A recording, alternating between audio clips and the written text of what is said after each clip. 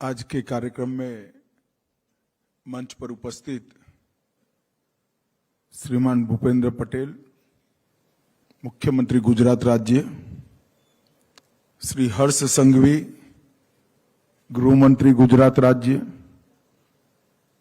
श्रीमान गोविंद मोहन जी, गृह सचिव भारत सरकार, श्री विवेक श्रीवास्तव जी, महानिर्देशक अग्निशमन सेवा, नागरिक सुरक्षा और गृह रक्षक दल, श्री मनोज कुमार दास, अधिक मुख्य सचिव गृह, श्री मनोज अग्रवाल, डायरेक्टर नागरिक सुरक्षा और होमगार्ड गुजरात, और आज देश भर से आए हुए सभी प्रतिनिधियों का मेरे मत क्षेत्र गांधीनगर में मैं हृदय से आप सभी का स्वागत करता हूं। आप सभी लोग गांधीनगर में आए हैं। मैं करीब करीब यही क्षेत्र से विगत 30 साल से विधायक सांसद बनकर जनप्रतिनिधि हूं और आप सब देश भर से आज यहां पर आए हैं। मैं हृदय से आप सभी का स्वागत करता हूं गांधी की भूमि पर, सरदार की भूमि पर।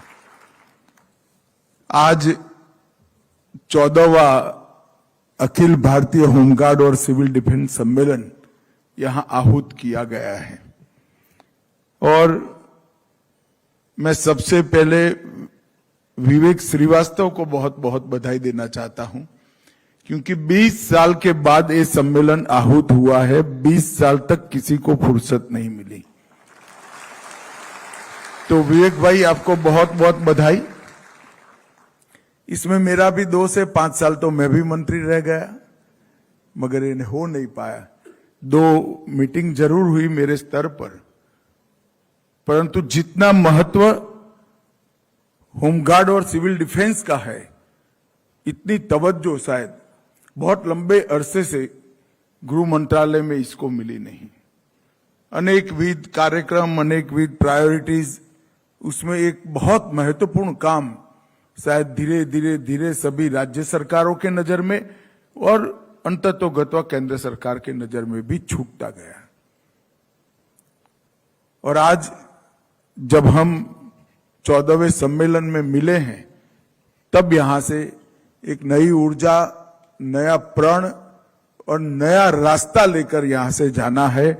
इसको गांव गांव तक जीवंत करने का हमने प्रयास करना है। भाइयों बहनों, मोदी जी के नेतृत्व में देश की जनता ने एक संकल्प किया है कि 2047 तक भारत को एक पूर्ण विकसित राष्ट्र बनाना।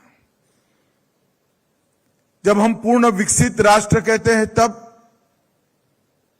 हमारी पूर्ण विकसित राष्ट्र की कल्पना पाश्चात्य कल्पनाओं से मेल नहीं खाती। हमारे पूर्ण विकसित राष्ट्र की कल्पना में हर क्षेत्र में विकास, हर क्षेत्र में भारत सर्वप्रथम तो है ही, परंतु इसके साथ हमारे संस्कार, हमारी परंपराएं, हमारी संस्कृति और हमारी भाषाओं को संभालते हुए पूर्ण विकसित राष्ट्र बनना है। और इस संकल्पना को अगर चरितार्थ करना है तो सेवा और सुरक्षा इसके बहुत अहम 2 बिंदु हैं। सुरक्षा हर व्यक्ति की, हर व्यक्ति के संपत्ति की, हर व्यक्ति के भविष्य की और हर व्यक्ति के अधिकार की, और सेवा जो हमारा मूल संस्कार है, इसको समाहित करना। तो सिविल डिफेंस और होमगार्ड, ये दोनों गतिविधियां सुरक्षा और सेवा के साथ जुड़ी हैं। मैं आज यहां पर आया हूं, तब मैं सुप्रीम कोर्ट के एक जजमेंट के लिए मेरा मतभेद सार्वजनिक करना चाहता हूं। अभी अभी सुप्रीम कोर्ट ने कुछ साल पहले एक जजमेंट दिया जिसमें सिविल डिफेंस और होमगार्ड को उनकी आय के साथ जोड़ने का प्रयास किया। इसमें समयोचित बढ़ोतरी जो करनी है वो जरूर करनी चाहिए, इसको बढ़ाना भी चाहिए, परंतु इसके अंदर मूल भाव सेवा का है, स्वयंसेवक का है, स्वयं समाज की सेवा करने के लिए आगे आने का भाव है। अगर वो भाव को ही हम मार देते हैं किसी जजमेंट से, तो ये संगठन मृतप्राय हो जाएगा। ये भी एक सीधी सादी नौकरीनुमा काम हो जाएगा। ये जो संगठन है, समाज के एक वर्ग को समाज की सुरक्षा और सेवा के साथ जोड़ने का काम है, और ये भावना को जागरूक करना ये हम सब की जिम्मेदारी है। और विकसित भारत के निर्माण का जो संकल्प श्रीमान नरेंद्र मोदी जी ने लिया है, वो संकल्प तभी हम जीवित कर सकते हैं कि सेवा और सुरक्षा, ये दोनों आयामों को सिविल डिफेंस और होमगार्ड के माध्यम से हम चरितार्थ करें। आज 2 दिन तक आप लोगों का सम्मेलन चलने वाला है। इसमें 5 सत्र आयोजित किए हैं। इसमें होमगार्ड और सिविल डिफेंस के सुदृढ़ीकरण, क्षमता निर्माण और आपदा प्रबंधन के अनेक बिंदुओं को जोड़कर आज 2 दिन में यहां पर चर्चा होने वाली है। ये राज्यों के बीच में संवाद का एक माध्यम भी बनेगा। राज्यों की गुड प्रैक्टिसेस को और कठिनाइयों का एक्सचेंज का भी यहां पर काम होगा, और इसके माध्यम से कठिनाइयां हल करने का एक हौसला बढ़ेगा और गुड प्रैक्टिसेस को अपने राज्य में रिपीट करने के लिए बड़ी सरलता हो जाएगी। ये चर्चा मैं निश्चित रूप से मानता हूं कि सुफल देने वाली होगी, ये मेरा दृढ़ विश्वास है। 1962 से, वैसे तो आजादी के पहले से ये होमगार्ड और सिविल डिफेंस चल रहे होंगे, परंतु 1962 से होमगार्ड और सिविल डिफेंस को महत्वपूर्ण भूमिका देने का काम हमारे प्रधानमंत्री लाल बहादुर शास्त्री ने किया, और 62 में ही सिविल डिफेंस महानिर्देशालय स्थापित हुआ और 68 में सिविल डिफेंस एक्ट भी पारित हुआ। 65 और 71 के युद्ध में भी सिविल डिफेंस और होमगार्ड के स्वयंसेवकों का अमूल्य योगदान रहा। 65 के भारत पाक युद्ध के दौरान होमगार्ड और सिविल डिफेंस के संगठनों ने सशस्त्र बलों और स्थानीय प्रशासन के साथ मिलकर महत्वपूर्ण बुनियादी ढांचे की सुरक्षा, नागरिकों का सामान्य प्रशिक्षण और उनको सुरक्षित जगह पर स्थानांतरित करने में बहुत महत्वपूर्ण भूमिका अपनाई। अनेक हमलों के अंदर, चाहे कच्छ के एयरपोर्ट पर का हमला हो, पठानकोट, हलवारा, अन्य सैनिक स्टेशनों पर कमांडो उतरे हो, अनेक महत्वपूर्ण हमलों में सिविल डिफेंस और होमगार्ड ने महत्वपूर्ण भूमिका निभाई थी। भूज की पट्टी की बमबारी, जिस पर एक फिल्म भी बनी है, मुझे थोड़ी कसक है कि वो फिल्म में होमगार्ड और सिविल डिफेंस की भूमिका को नहीं बताया गया।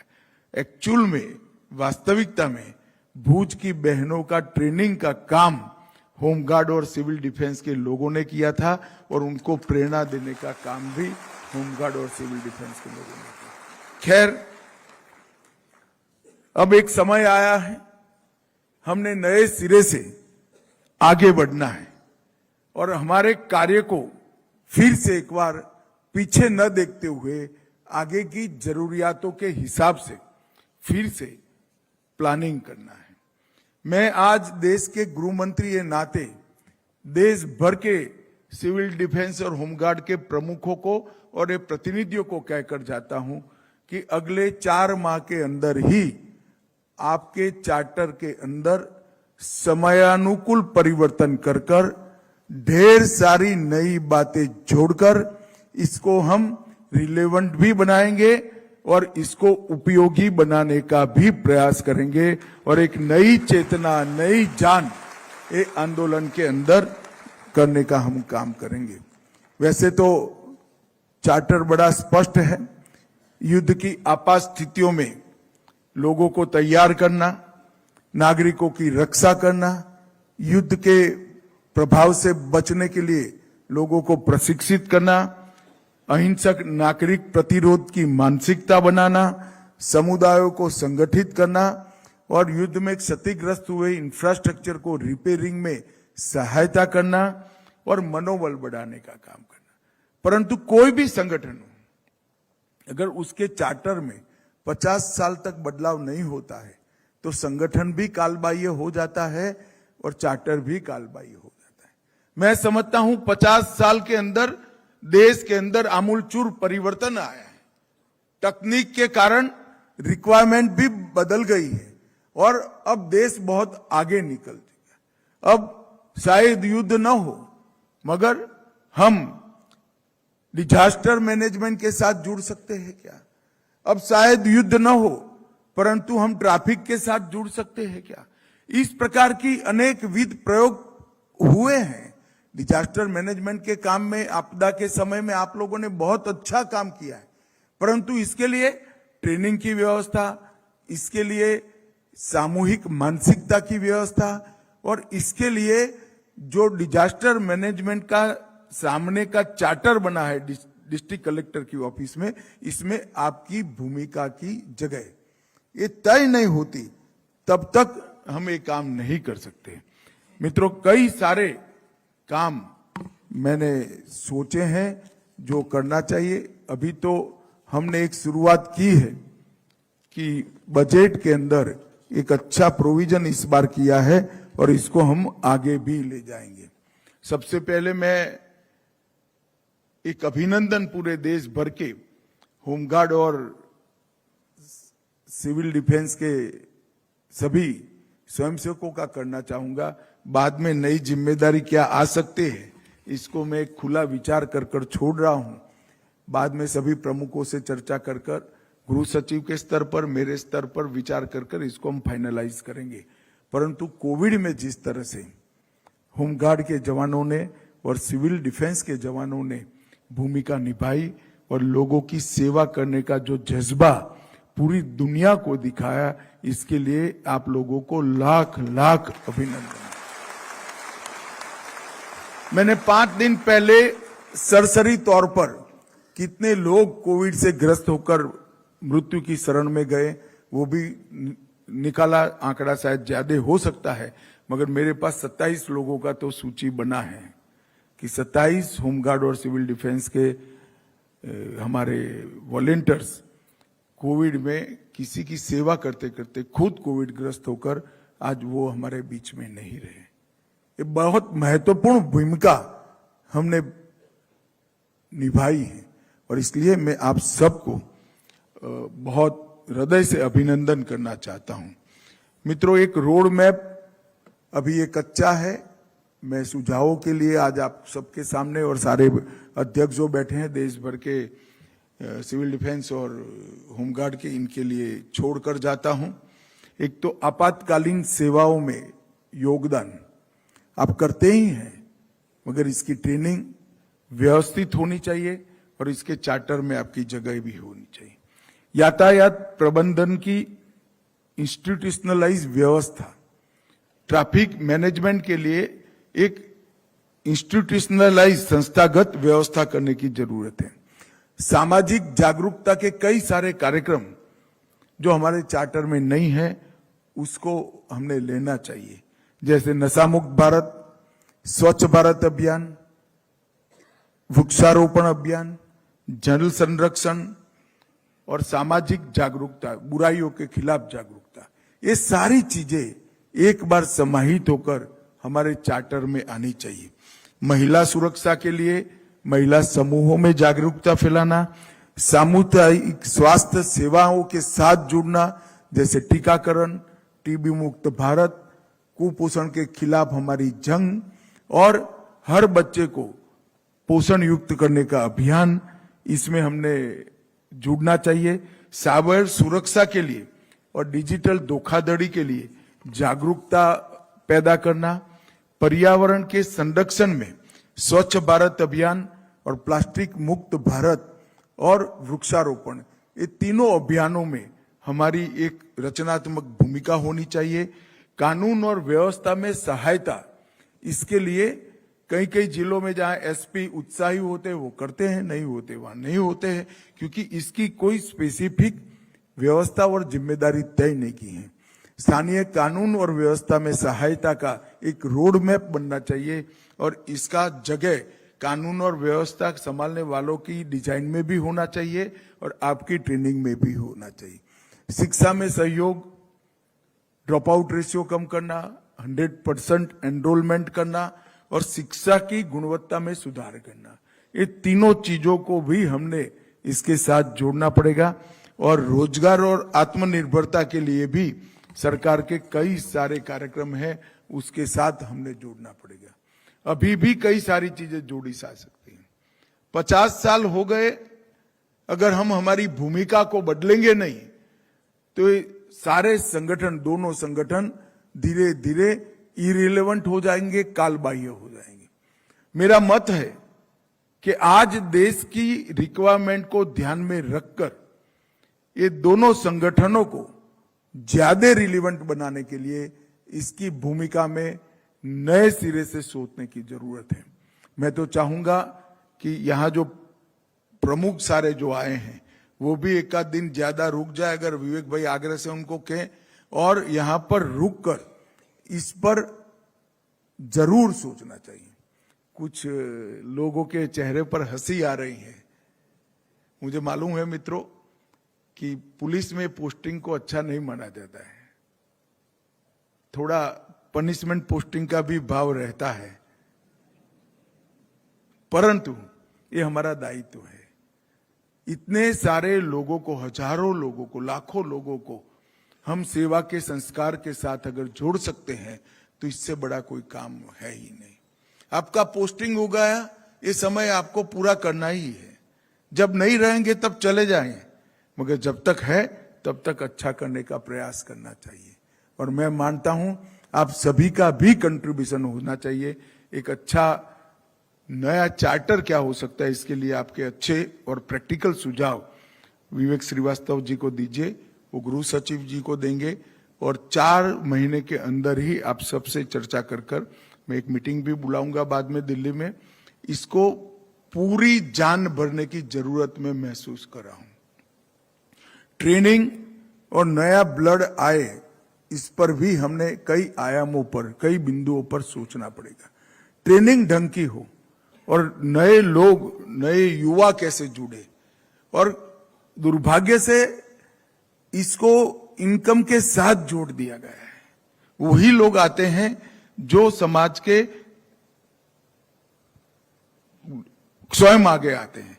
हमने प्रयास कर जैसे एनसीसी, एनएसएस में समाज के सभी वर्ग के लोग होते हैं, इसी तरह से होमगार्ड और सिविल डिफेंस में भी पूरे समाज का प्रतिनिधित्व हो और ये सेवा का एक माध्यम बने, देश के विकास का एक माध्यम बने और देश की सुरक्षा का तो बने ही बने। और मेरा पूरा भरोसा है कि ये हमें करना चाहिए। ये समय अब आ गया है। 2047 में मोदी जी ने हम सबके सामने जो विकसित भारत का लक्ष्य रखा है, वो विकसित भारत का लक्ष्य, उसमें एक भी कड़ी ऐसी नहीं चाहिए जो निर्बल हो। हर कड़ी को हमने मजबूत करना पड़ेगा, हर कड़ी को चौक चौबंद करना पड़ेगा। और मुझे भरोसा है कि एक बार 20 साल के बाद एकत्रित हुए हैं, वो एक शुभ लक्षण है। आगे पर भी अच्छा ही होगा, आप लोगों के सुझाव मिलेंगे। मैं इतना भरोसा आपको दिला कर जाना चाहता हूं कि ये पूरी दोनों व्यवस्थाओं में आमूलचूल परिवर्तन आने ही वाला है, आएगा ही। मेरी विनती है कि आपके सुझाव, आपके सक्रिय योगदान से वो परिवर्तन आए, तो यश के आप भी भागीदार होंगे। और जो जवान पीछे बैठे हैं, वो सभी के सेवा के जज्बे को एक बार मैं फिर से प्रणाम करता हूं। कोरोना में आपकी सेवा पूरे देश ने बहुत चर्चा नहीं प्राप्त की, उसमें मगर आपका दोष नहीं है, आपने तो काम अच्छा ही किया। आज मैंने कहा है, आगे पर भी इसको आगे बढ़ाएंगे। आप सभी का बहुत बहुत धन्यवाद। वंदे मातरम।